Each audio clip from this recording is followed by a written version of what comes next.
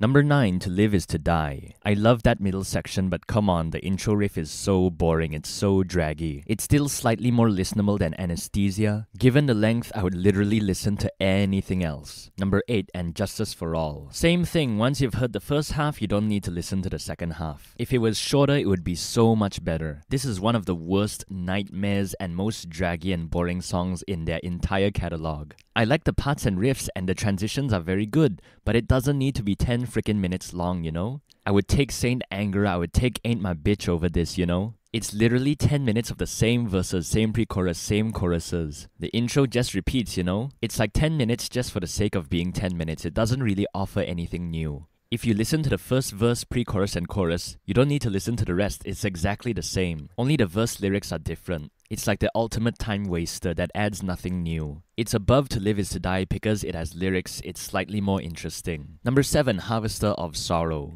Yeah, it's heavy but it feels very draggy. Gets very boring, repetitive, and it's very slow paced. If you heard this song one time, it's like you don't really need to listen to it ever again. Yeah, the trills in the middle part is cool, but overall it just feels like,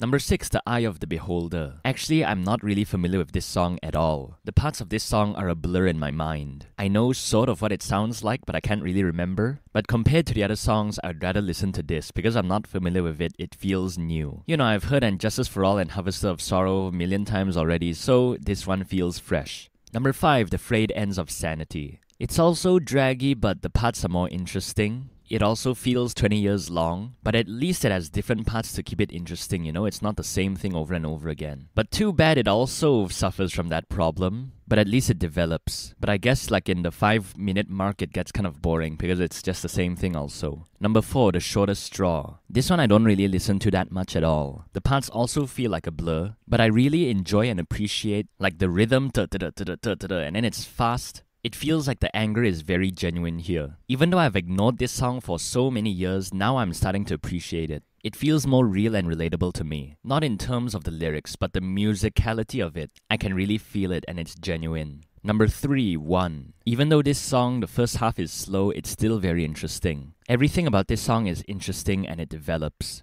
If you asked me 7 years ago, of course I would love the thrash part. Now I still love the thrash part, but normally, once after the machine gun riff, I stop listening. Maybe because it feels kind of generic now, or I don't feel the anger in that part anymore. And maybe right now I would rather listen to the slow part until the build up to the machine gun riff only. Because in the slow verses, the drums are very interesting and overall it just fits very well. Even though the verse and chorus may be a bit boring, but when you think about the bigger picture, it all fits very well. Last time I could handle the whole song, but now it's like, yeah, I've listened to this a million times already. When it becomes fast, it just doesn't really feel that angry anymore. Number 2, Dyer's Eve. This one is fast, aggressive, the riffing is crazy, it's all chaos. The anger is genuine, and that's what I'm drawn to. And the length, thank God it's only 5 minutes. This one, yet again, they could easily stretch to 7 or 8 minutes. But even if it was like 7 or 8 minutes, if the anger is still genuine, then I would still rank this as number 2. And number 1 is Blackened.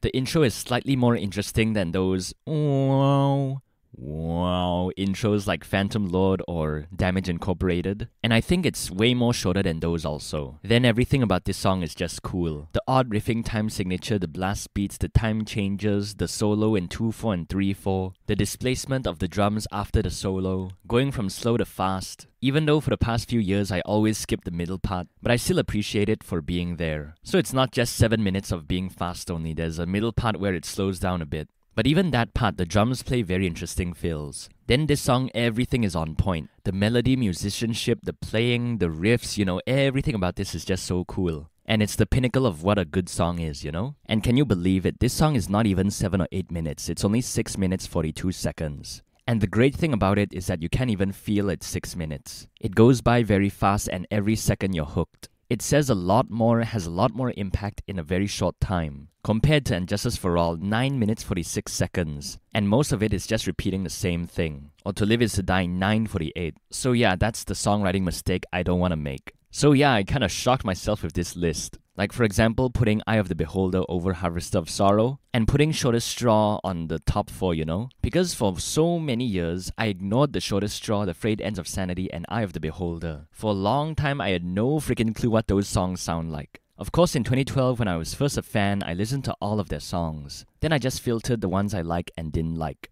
And to be honest, those 3 songs didn't stick out to me. They didn't really have anything memorable about them at that time. You know, with songs like One and then Blackened and then all of these other great songs, like these went under the rug. Then for like 7 or 8 years, I completely ignored those songs. Sure, I downloaded them, they were still on my phone, I could listen to them anytime, but I just didn't. It was only like 2 or 3 years ago I listened to them for the first time again in a long time and I really liked it. Because it all feels new, all of those songs I was used to felt boring already. So that's part of the reason why they ranked so high. Even though I have no emotional connection to the song, I don't know the lyrics, the riffs and form are a blur in my mind. But again, if I think about the bigger picture, I would rather listen to this. Because I didn't hear it a million times already, it feels new and fresh. So that's my ranking of And Justice for All. Leave your rankings down below. If you like this video, then like and subscribe. Thanks for watching and listening.